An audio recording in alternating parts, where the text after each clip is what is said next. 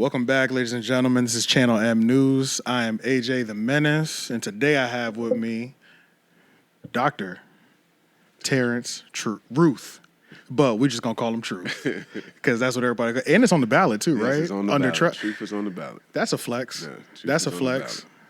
Was it hard to get that pass instead of your first and last name? You had to show that it was your nickname for at least the last 2 to 3 years. And that's my job email. Oh, so that was like the verification right there. Yeah, job email. Oh, that's not bad at all then. Okay.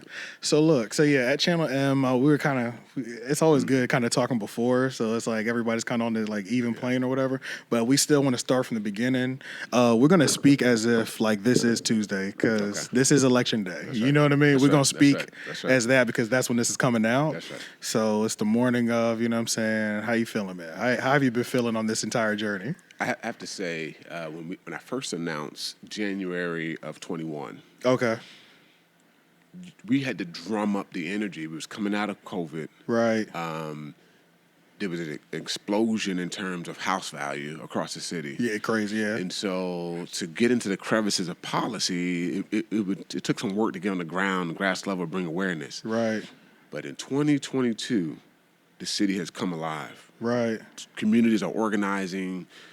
There's cities, neighborhoods that want to have their voices heard and seen. Mm-hmm.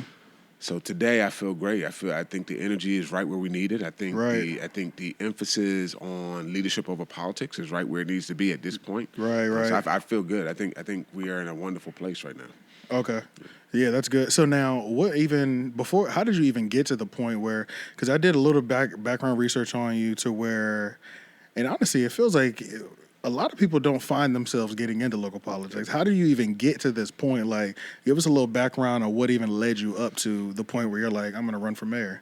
Yeah. So for me, my introduction to local politics really came through the classroom. Gotcha. So my very first job as a teacher was in an alternative setting. Alternative, for people who don't know, is where kids are either long-term suspended or in the juvenile justice system. Oh, yeah, I remember that. So were you at one of those alternative schools? Yes, exactly. Yeah. So, but my very first school, it was out in the wilderness in Tampa, Florida. And I'm walking out to get a job. I'm excited. I'm just getting out of my bachelor's program. Where'd you go to school? I went to school at Oglethorpe University, Nova Southeastern, and then my doctorate at UCF, University of Central Florida. Gotcha. Okay. And I get there, and the kids are marching, middle school, high school, marching in class, in sort of like camouflage gear. Oh, so it was a real alternative school. This boot camp vibes. You don't hear that at all. You don't see that. Yeah. You know it's happening, but you don't believe it's real until you see it. When I would get to school, I would wake them up out of their bunks. I would time them in the shower, and then I would take them to eat breakfast, and then I would go to the classroom, then I would start teaching. Right. Most people would never experience that sort of learning environment at all. Yeah, true. Yeah, that's 24 hours. That's around the clock. But I began to see trends. Yeah. Kids coming from the same neighborhood. Or I began to get family members. Right. So then that same company contracted with Raleigh, with Wake County Public Schools. And that's when I began to build that school here. Gotcha. But this was more of a preventative model. They wanted to get the kids before they got to the school I was at in Tampa. And you already tapped into... That's right. Yeah, okay, so that's why. And then that's how you ended up relocating here. Yes. Gotcha. So in that setting, I began to ask, one, why am I seeing the same type of student? Right.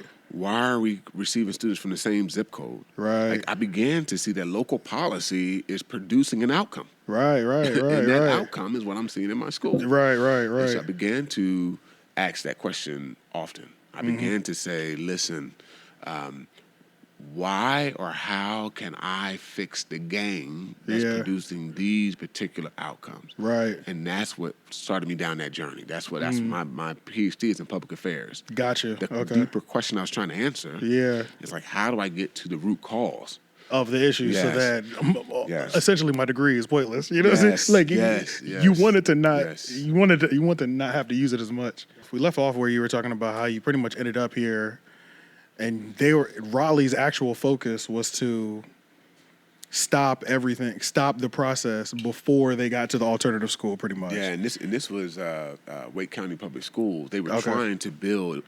Actually, this was a nationwide movement. Right. How do we become more preventative than sending kids to juvenile justice system? Gotcha. And so they were trying to get ahead of the school to prison pipeline. Right. So they contracted with the company I was with in Tampa, and that sent me here to Raleigh.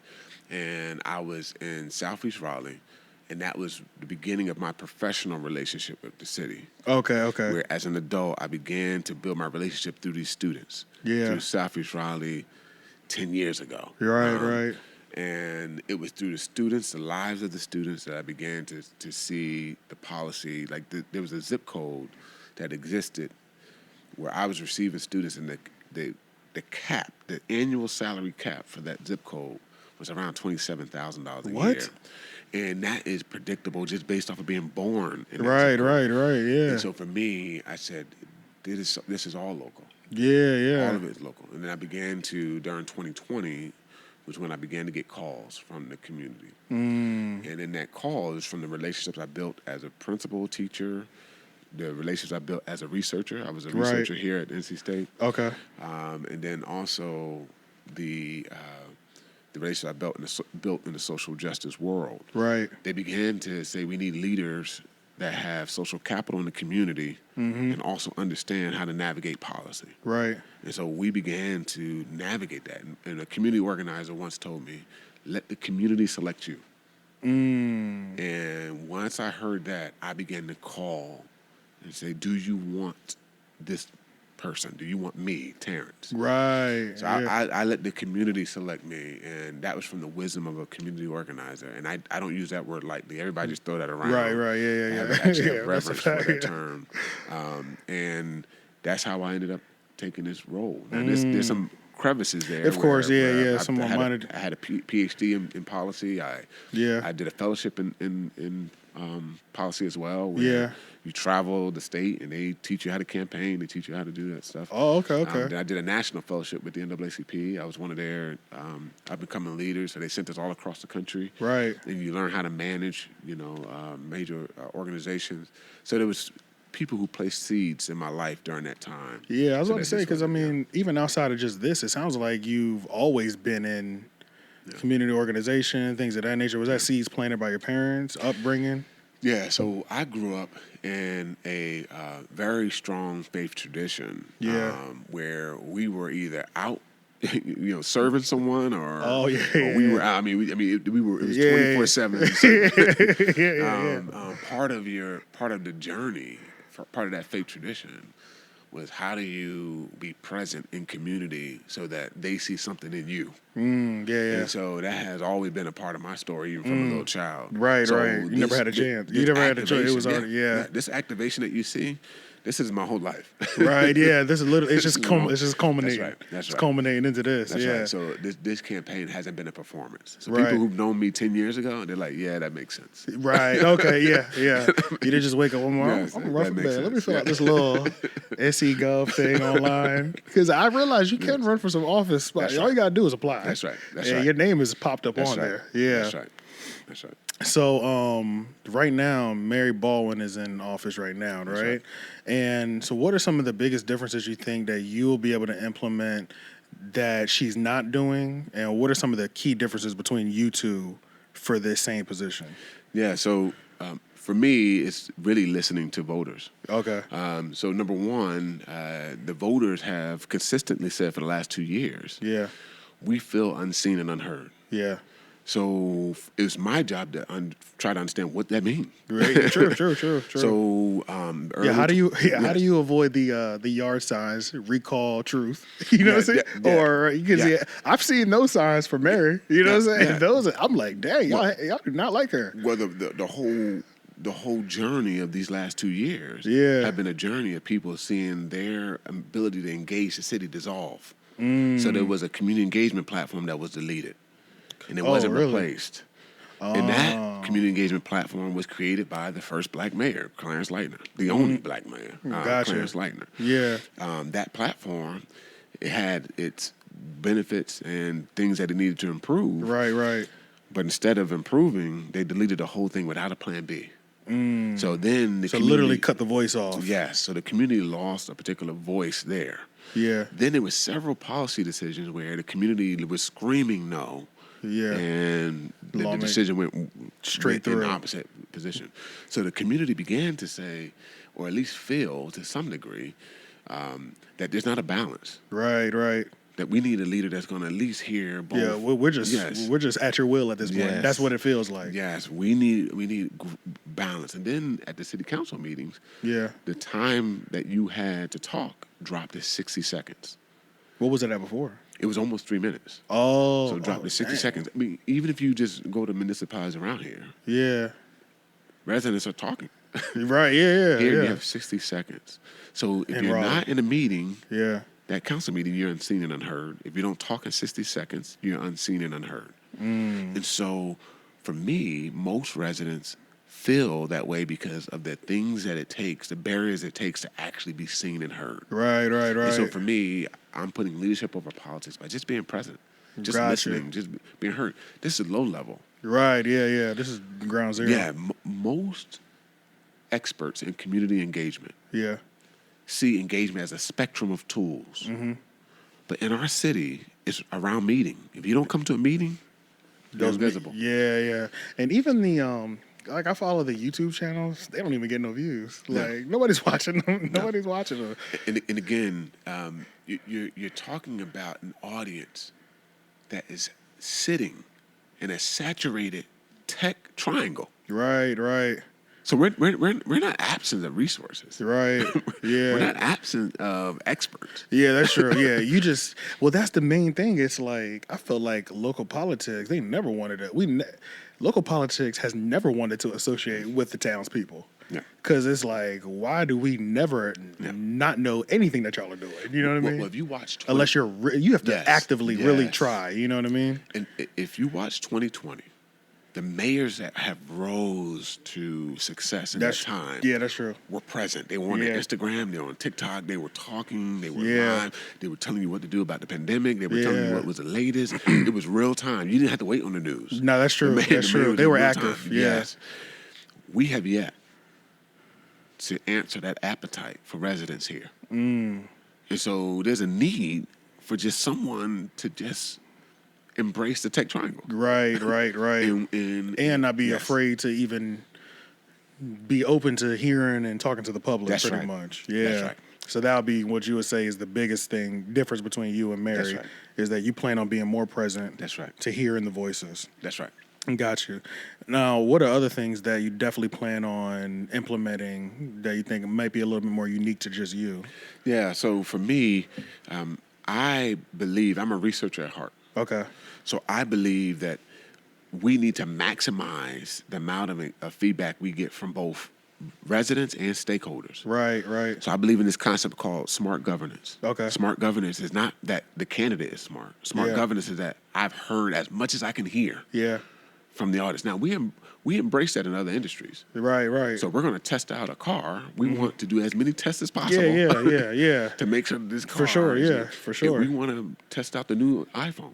Yep. We get as many beta tests as possible. Send it to some YouTubers. Yes. Send it to Yes. We need as much opinion as we can. Yes, we need that same thing for policy. True. This is not a Terrance creation. True. I didn't create this term or this concept. You're just reminding people that this is something that's happening, but we just don't do it here. Yes. So we need a data science team. Yeah. That's allowing us to find innovative ways to collect as much data about the actual lived experience of residents. Right. And then create policy in response to that. Right. So now you have a store where you can go in, don't touch a cashier, leave out, and your card is swiped. Right. And you just have all the things in your hand.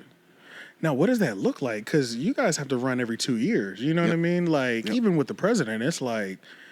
They always say it's like the first 4 years you're fixing the last president's mistakes. You only have 2 years, right? Yep. So it's like you have to show some sort of real groundbreaking movement within those 2 years to even, you know what I mean? 'Cause does your goal is it even technically able to be?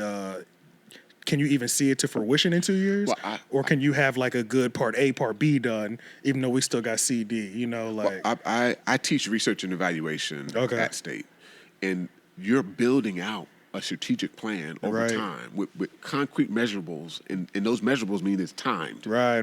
Yeah. Time. Deadlines and everything. The bar right now is very low. Okay. People just want to be engaged. True. So my first 2 years, I want to make Raleigh the most connected city as possible. Gotcha. And that's phases. Yeah, the first phase is just creating a routine of engaging voters again. They're not even used to that anymore. No. So engaging voters again. What does it mean for me to go to every district? Yeah. And just listen, not just to the things that people want, but their concerns. The things that they're angry about. Right. We have yet to have a conversation about 2020. Yeah, anybody trying to talk about that. We have They're not yet trying to talk about that, though. Reconcile. Right. On either side. Right. And there's an audience that want to have conversation. I'm one of them. Yeah, because that's my thing. Yes. See, I've been thinking of analogies for the police and people interactions, and police officers are public servants. Yep. And I'm thinking like Chick-fil-A has the best customer service. That's right. Police have the worst customer service, like a lot of the times. And mind you, I used to be way worse than I used to be. I used to ride around breaking the law all the time, right? And not like extreme levels of it, but I knew if I got pulled over, I'd be a little worried. You know what I mean? Yeah. I'm not riding around like that. I'm too old. I'm 31. I'm about to be 32. Yes. I'm a law-abiding taxpaying citizen at this point. You know what I mean? Yes. But even when I still get pulled over, I'm like, yeah, y'all are talking crazy to me. Like, you don't work for me. You know what I mean? Like, I did something wrong to you. Like, that disconnect is that power dynamic and that disconnect is so skewed. Even in Raleigh, it's like they're trying to treat you all like the bottom. And we're not going to say, I won't say all cops because this is just me speaking about it. But of course, there's still some good ones where I talk to some police officers and it's just like I'm just kicking it with an uncle or something. Yeah. Even if he gives me a ticket, that's how the interaction should be. You know what I mean? Unless I'm being hostile, we're being hostile to each other or whatever. But a lot of the times I'm met with that at the window. You know what I mean? And I think, number one, I think officers are ready to have raw conversations with residents, and I think residents are willing to have raw conversations with officers. Right. And not people yelling at each other, but like, let's see each other as human beings. Right, that's it. But the table, you need a leader. That's like leadership over politics. You need a leader that can create that table. To bring the people and together. We don't have that. We don't have that. Right now. So even in these next 2 years, because even in these next 2 years, just the conversations and the connecting of everybody in Raleigh, that's going to be spicy. You know what I'm saying? Like, that's going to be intense, spicy, whatever you want to call it. But it's the conversations that do need to have in order for any change to be made. But then, you also always got to keep in mind, people love to have conversation and not do nothing about it. You know what I'm saying? See, the baseline of collecting data is to activate it. Right. So when I'm going around and listening, once I hear it, I must say, this is what I've heard, and I got to confirm it with the audience that shared it. Right. Once they confirm, then I got to say, this is the policy that we are creating in response to what we heard. Right, true. And they got to see that information activated. They don't want somebody just listening all day. Exactly. Yeah. and that's what frustrates me. I'm like, I hate having those type of conversations because it's like, people love to talk about problems. Yes. But people just never want to talk about solutions, though. You know what I'm saying? So for me, I remember I created a community investment fund with United Way. Yeah. And it's called Neighborhood Impact. And we took 10 activists, and we literally took them for a year during 2020 and 2021. Yeah. And we just walked them through design thinking. Mm-hmm. We said, if we can teach them design thinking, they're closest to the problem. Right. Theoretically, they're closer to the solution. True, yeah. So we walked them through, and then when it was the pivot for... Because you first start with problem definition. That's the first thing you start off with design thinking. Yeah. And then midway through, you pivot to solution creation. Right. That's where we had to hit the ground and get to the nitty crevices because they were used to defining the problem. Yeah. When it's time to define the solution, you start to understand the limitations. You start to understand the lack of resources. You start to understand the stakeholders you need. Right. But we took them through there, and we seed invested them each $12,000 to get that idea off the ground. We're talking about raw community leaders. Right. Not 501c3. Right, yeah. Raw. Yeah, we're talking about the people doing it. Yeah, true. But there's an element to that empowers community to create solutions on their own and have the city be responsive to what they're seeing in community. Right. When you look at all the victories that we celebrate, particularly in Black history, many of it is rest in local politics. Yeah, that's true. enough local politics and that it shifted the national. The bus boycott was local. Right. Yeah, a lot of things started were there. Local. Yep. That went national. Desegregation was local. Yep, that's true. Yeah. All of these were local victories. That started here. Yeah, that started at the grassroots. So there's a rich history of tremendous victories. Right, locally. right. And I just remind people of that. I don't. That's true. I just say, let me remind you of the history. It always repeats itself. Yeah. That's a fact. Yeah. Yes. Okay, so one of the other topics that is like, well, not even the topics. One of the responsibilities of mayor is like allocating money, right? Yeah. That's a big responsibility, and I already know that.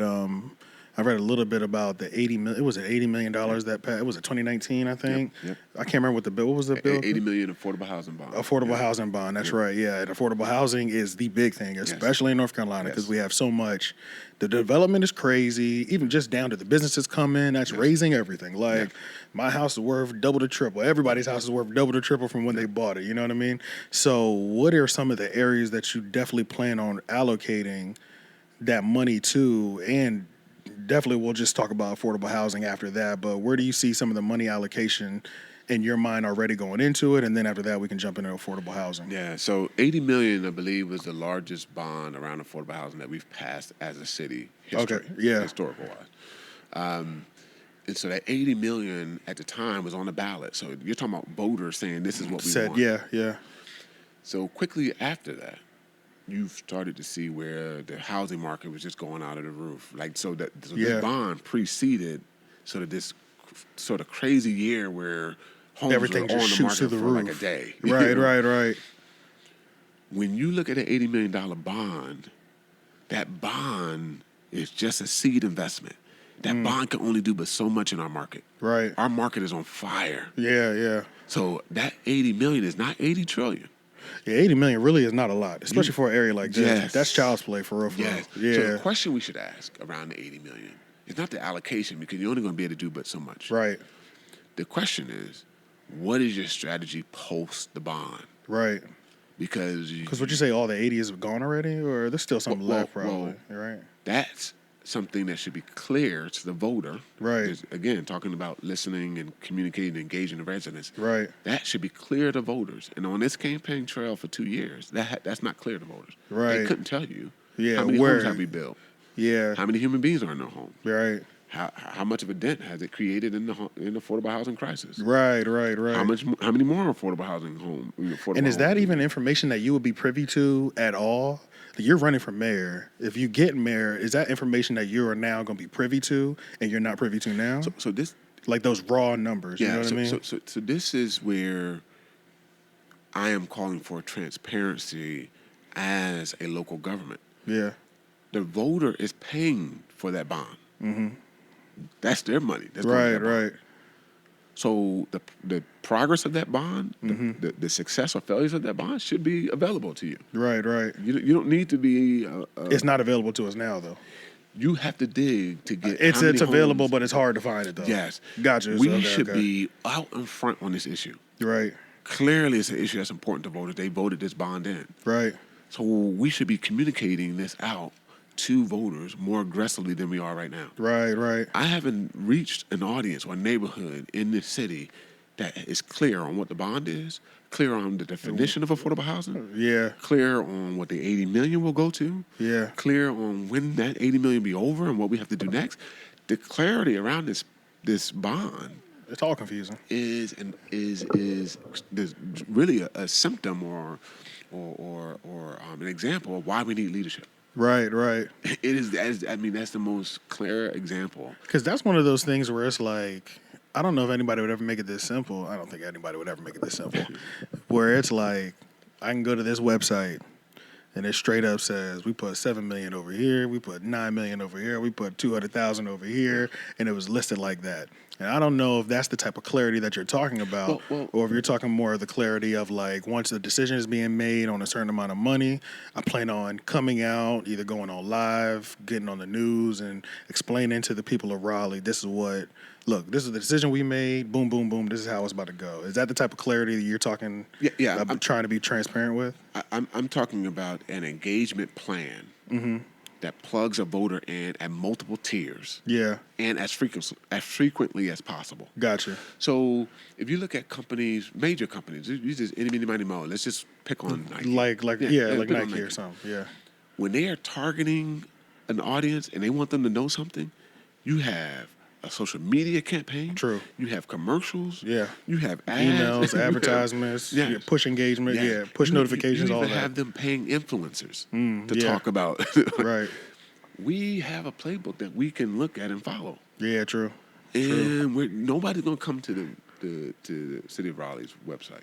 True. Only those who really want to know will be there. That's true. And even when you do get there, it's a little. It's not that. I mean, it's good. The website is good, but it's like when you really dig in, you start downloading them PDFs. I'm like, everything is centralized. Yeah. So how do we decentralize, just like other major companies? Right. How do we decentralize and get the information out there so that people who want to touch it can touch it? True. We don't need to be a one-trick pony. Yeah, that's true. We don't need to be centralized in one hub. Yeah, that's true. Yeah, we need to activate the tool that is in the tech triangle. I say the tech triangle all the time. Right. Yeah. Because you're about that tech triangle.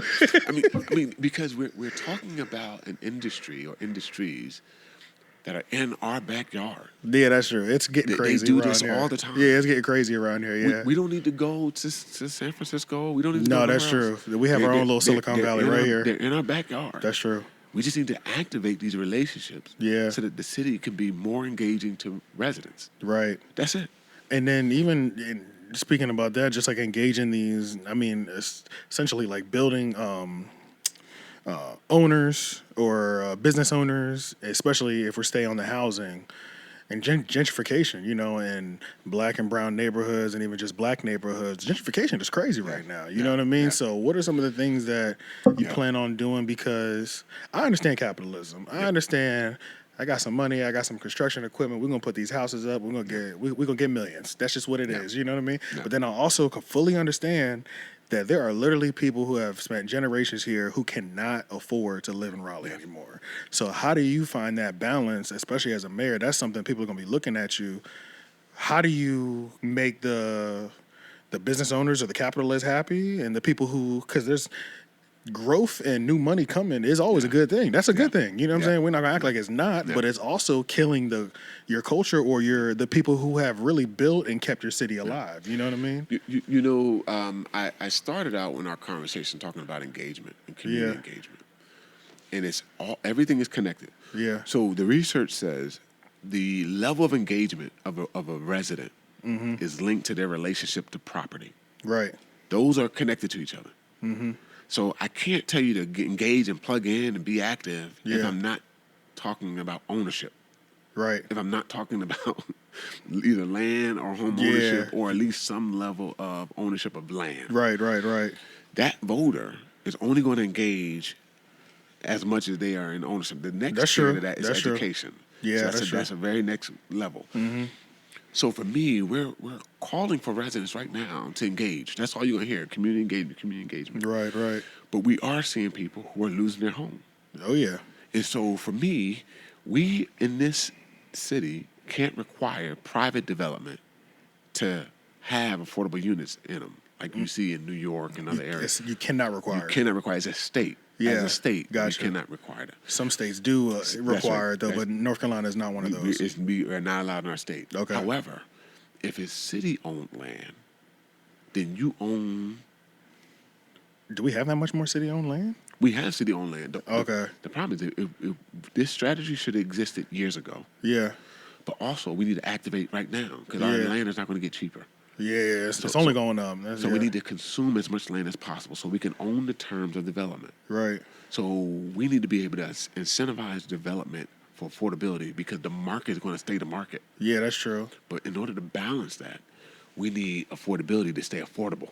And so basically what you're saying is those neighborhoods that we're talking about, those black and brown neighborhoods that are being heavily gentrified, there really isn't as much that you can do because they're not city-owned land, right? Yep. That's pretty much what you're saying. Okay, so... But there are programs that exist that would increase the number of homeowners in those communities. Gotcha. And there are programs that would allow for the city to take your land back. Take it. So there are programs that would allow for that to come back. So if you look at Wake County is meeting all their affordable housing targets. Right. Literally, they're meeting all of them. Okay. Now I know that the city is inside of. The city's inside of Wake County. Right. We are off pace on ours. We're not making our numbers. Okay. So we need to have, one, a regional approach. Yeah. Number two, we need to have an affordable housing department. We need somebody who's their whole focus. Oh, we when don't they even get have their one. coffee, it's just to do. We don't have one? It's part of a broader housing. Oh, okay. But if you go to Wake County, the title is affordable housing. Right. That's it. Right. That's all that team works on. Gotcha. Okay. We need somebody that's all they do. And something like that's something that you could implement and put into effect within your first 2 years too, right? But also, in that term, we need to activate the land that we do own. Right. Because $80 million can only maybe buy you one hotel. Yeah, that's true. That's true. Yeah, 80 million is not a lot in terms of big construction. No. Yeah, you're right. Yeah, one hotel is. So we need to be a consumer of land. Right. We need to activate an affordable housing department. And we need to implement an affordable housing overlay where we select regions of the city where we incentivize development that will create affordable housing. Right. Because right now it's very difficult to build affordable housing because the cost of land is so high. Yeah. And so telling somebody because it's like, you can't tell me how much I'm allowed to make here. You know what I mean? Like, I can see that too on the business owner side where I can go one city over, and they're going to allow me to make 5 to 10 times more than what you're telling me the cap is that I'm allowed to charge or make in this potentially over a certain amount of years. Really what you're hearing in our city, we are increasing density, and we are increasing home production. Yeah. The concern you're hearing from residents is that this is all luxury. They're saying, where's the balance? Yeah. We need balance. We need the same intensity that we're building luxury homes. We need the same. So we have 43,000 that need affordable housing right now. 43,000 people? 43,000 residents that need affordable housing right now. That 80 million can probably touch about 3,000 to 4,000 people.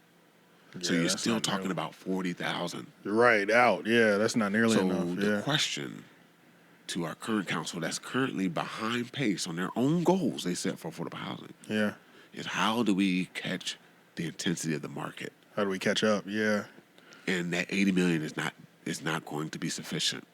Is there something though? Well, that means another bond would need to be proposed, right? Bonds. Or this crisis is not going to be solved through a series of bonds. So you have 3 bonds on this ballot just right coming up. Yeah. So bonds mean your taxes are going up. True. So you don't want to flood the bonds. You're not going to bond your way out of it. Right. You need leadership. Right. Yeah. True. You need leadership. Need somebody to steer this boat. You're not going to bond yourself. Now, what the council have done well is giving you housing choice.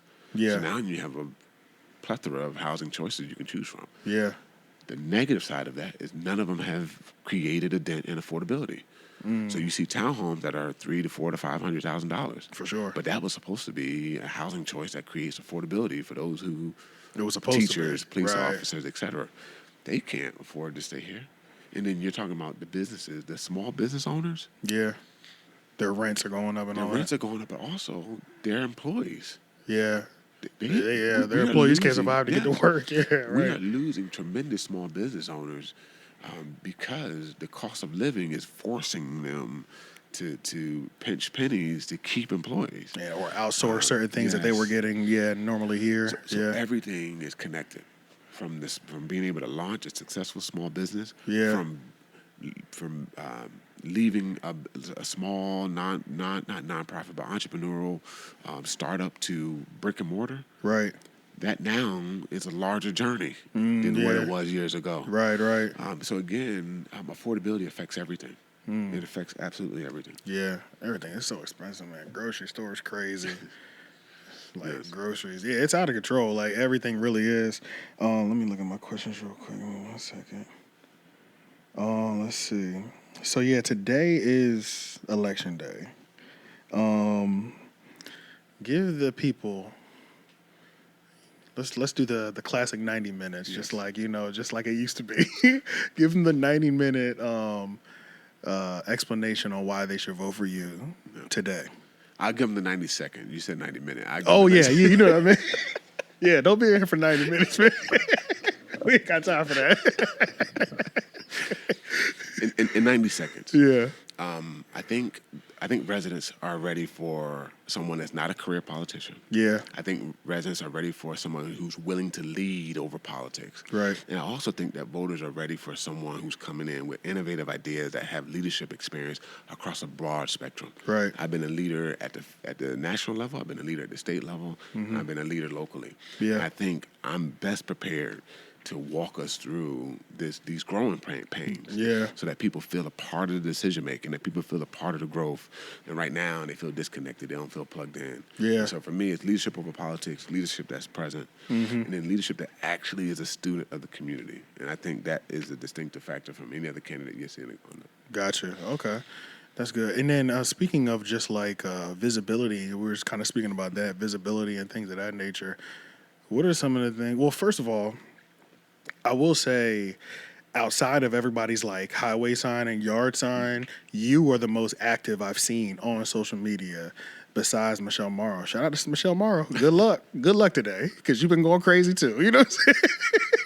You know what I'm saying? But y'all social media presence, and I would say you've taken that more seriously than a lot of other candidates have. You know, some candidates, I only knew they were running because they were on the website. Yeah. You know what I mean? Yeah. What was that plan that you were kind of going in there with? Were you looking at that? Did you have a team specifically for your social media? Like, I had a team just for that because we knew content is king. Yeah. It makes no sense to be present if everyone can't see that you were present. Right. So content is king. We were trying to be drumbeat of being present. Also, we wanted to show what it is like to actually experience a present leader. That appetite, we had to make that meal. Yeah. That meal wasn't. You didn't know you was hungry, but let me show you something. That meal real quick. wasn't there. So they had to see me riding a bike. Right. They had to see me throwing a football with my son. Yeah. They had to see me out.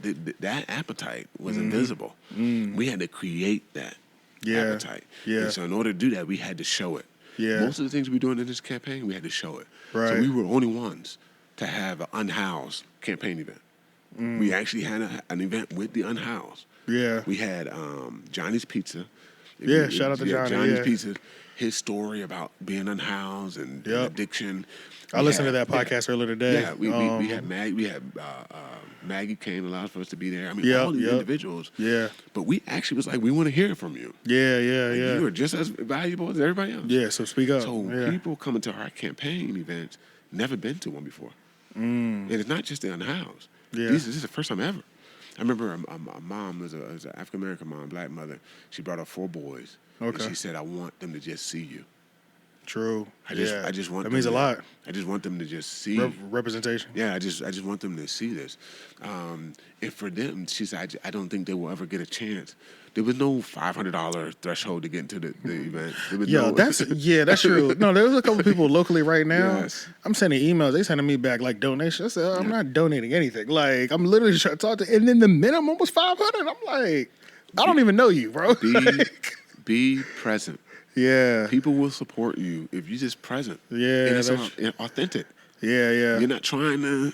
Yeah. When I'm coming with my family. I'm coming with my son. You're seeing a real human being. Right. The things that you're seeing me do on social media. I do those in real life. Yeah, just like you showing up here today. Thank you. I appreciate that too. Not a performance. For sure. Yeah. So it's rare. We don't look at politics. Most people, we don't look at y'all as human. I'm gonna be honest with you. You know what I'm saying? And you probably know that too. It's just like robots too. But then it's always interesting. See, I feel like as much as people hated Trump, I feel like he showed us that what aggressive campaigning and just being out there will do for somebody's career. It could put you all the way into the White House position. You know what I'm saying? People are just looking for authentic human beings. Yeah. So when I say leadership over politics, it doesn't matter what you stand for. Just authenticity is going to reach above it all, and you have to show that. So somebody again who known me for 20 years, when they see me today, it makes sense. It makes sense. Yeah, that's important. The dots are made. Yeah, that's important. You're not puzzled. Right? Yeah. If I run for mayor in the next 2 years to get you or something, they'd be like, bro, what are you doing, bro? Sit down. Like, sit down. Oh shoot, let me see. This is what I wanted to ask you too. I wanted to ask you, today's the day that we decide if you want or not. Do you have both speeches prepared? I always have both. One, I actually see the power embedded in residents. Yeah. So if residents requested that I am the person that they would like to represent them, then they have every right to say, in the end, we didn't select you, and I'm okay with that. Right. This is not the Terrance Eagle show. This is not the Terrance. Right. I'm literally being a student to the community. Right. I'm in their classroom. Yeah. And so as I've learned and adjusted the campaign based on what I'm hearing from residents, they're going to let me know if what they heard was valid or not. Right. And if they didn't, that's a vote, and I trust that. I trust that statement. Yeah. That was another thing too. Actually, now that we're talking about voting and going back to something, you were mentioning this on the podcast that you did with Johnny, about how this election was supposed to be last year, but it was secretly voted to be postponed for this year because Durham already took care of theirs, right? Like Durham and the other counties in North Carolina, they've already knocked these out. That's right. But Raleigh has actually did like this secret covert thing where it's got pushed over for a year and people didn't like that. How do you feel about that? And then also, how do you even feel about, like, are you going to be the person that screams the voter fraud if you don't win? You know what I'm saying? Like, what's your confidence level on the actual, like the ethics of the voting and actually you getting there or not getting there? Yeah. So last year, I announced in January it's supposed to be October. Right. And the governor came out. The Democratic leader Dan Blue came out against how Raleigh Council handled that vote. Right. And they moved it to November. The following year. Yeah. Not just the following year, but like November. Yeah. Like they pushing it out for real. Yeah. And also there wasn't a lot of dialogue. Most residents didn't even know it was one. Most of them didn't even know that was happening. And so for me, every campaign is tightly sort of managed. Yeah. There's a day. And there's dollars and there's strategy around the whole from point A to point Z. So your budget is thrown. Yeah. That's true. Yeah. When this move to the next year, you gotta start getting more money. Yes. Yeah. And for us, we were doing a grassroots. So our indication wasn't around money. Most people, if you see them, they measure campaigns by dollar. No, I mean raise. That's pretty much how it is. Yeah. I don't know who you are unless you have the biggest sign. That's right. That's on the grass. Exactly right. Yeah. So for campaigns, if it's measured by dollars, we didn't use that metric. Matter of fact, Bernie was the first one to really challenge that. Right. Yeah. He's like, give me $5, give me $1. Yeah. All these other campaigns was millions and hundreds of millions of dollars. Yeah. But our campaign was measured by how often we can touch community. Yeah. So when we call it the Truth Tour. We were in community all the time. Right. Especially the community that historically been unheard. Right. We were in communities all the time. So when it was pushed to this year, we said we got to be in community more often. Yeah. So it gave us time. It almost gave you. It kind of helped you. Yeah, a little bit, kind of, right? Either way, we were going to maximize our exposure. The extra time you got. Either way. Yeah. We knew that the only way to victory was through grassroots, being in front of people, being present. Right. We had to satisfy that thirst during the campaign. Gotcha. We couldn't just do a promise. Right. If you elect me. Yeah, right. That ain't going to fly. No. Yeah, we're not going for the street signs no more. We had to do it in real time. Right. And that's why you seen us out all the time. People had to say, man, this guy is everywhere. Yeah, true. Yeah, that's a fact though. Like you're really the only one I see on social media. Yeah, this guy is going to wherever, from a mosque to a church, right? to a park. You're everywhere. Yeah. We want people to say this. We at least can see and touch our leader. Right. Like we can at least know that he's listening, he's present. What's important for me is not just creating an affordable city just for affordable city's sake, so we could just say just so you can say that everybody's managing it here. In the end, I say this all the time. I want an affordable city because it's going to impact positively a human being's life. Right. But I want to be able to see that human being. Right. Yeah. I want to be present. You want to be able to see the growth. What made this campaign meaningful to me is when I went to an eviction party. I went to an eviction party. It was a community in South Raleigh, and they wanted to tear down their apartment complex. Okay. And they had everything, line dancing, food, candy, kids were playing. It's almost like you were at a family cookout. Right. But it was because they were all leaving. Yes. And there was a Asian woman that was aging woman that held my hand in the middle. They were dancing. They held my hand in the middle, and she said, "I trust you. Don't leave me."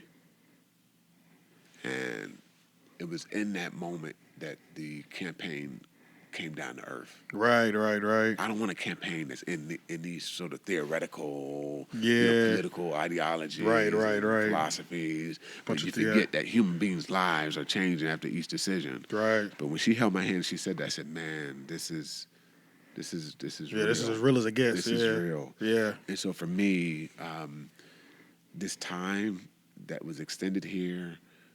The power that people are having and organizing and sharing their concerns and hopes, whatever they decide today, I'm okay. And you are confident. You're confident in the voting system that we have now. I am absolutely confident. All right, now don't be online talking about it. It was fraud tomorrow. I ain't going for it. I'm calling you out. I'm gonna be like, I asked him this, y'all. I am absolutely. He capping right now. but also as well, I have volunteered at polls before. Yeah. And it's very rigorous. Yeah, like people who never. No, it's intense. It's intense. Yeah. Like people who never. And I know you're not asking that question, but I know what you mean. But for the average person who's listening, I encourage you to volunteer. No, it's intense. It's intense. No, it's intense. Even when you could just see it, when just I'm going in there early voting or whatever, I'm like, yo, they in here hustling. Yes. I don't even know if they're getting paid. Are they? Is this volunteer? Some of them are paid. Some of them do get paid. Some of them are volunteer. Yeah. I've only volunteered. Yeah. And there's some organizations, they bring the fun to the polls. Yeah. So they have DJs. There's like Bojangles. Right. They're like handing out, sodas and candy. And this is a nonpartisan. They're just wanting you to, while you wait in line, to feel, Just feel like we're happy that you're here. And they create such a warm environment that it makes voting something that you want to do every year. Right, yeah. So I want to give props to those volunteers. Yeah. They're not a part of like any party or... Yeah, these are just people that just want to stimulate voters in a positive way. Yes. Okay. So yeah, man, I think that's all I have, man. I wish you the best of luck today. Thank you. What time will we know? Well, I think around 8 o'clock the polls close, Yeah. so we're hoping at least by between 10 and midnight we should know. Okay, and then what would you, if you were to win, when would you take office? I believe there's an orientation, I think in December. I could be wrong. I believe in December. I think there's either a sworn-in process in December or a sworn-in process in January. Gotcha, okay. And then the transition happens, and then you hit the ground running. Well, look, man, I wish you the best of luck. Thank you. And hopefully you win. Thank you. If you don't, do you see yourself running again? What I see one, I see myself being and continuing to be a response to community. Okay. I want to hear what community is saying first. Mm-hmm. Again, I'm not one to be into a Terrance show. Right. I'm just not. You won't get that from me at all. Right. But I want to reflect, listen to community, and hear what they did not like. Yeah.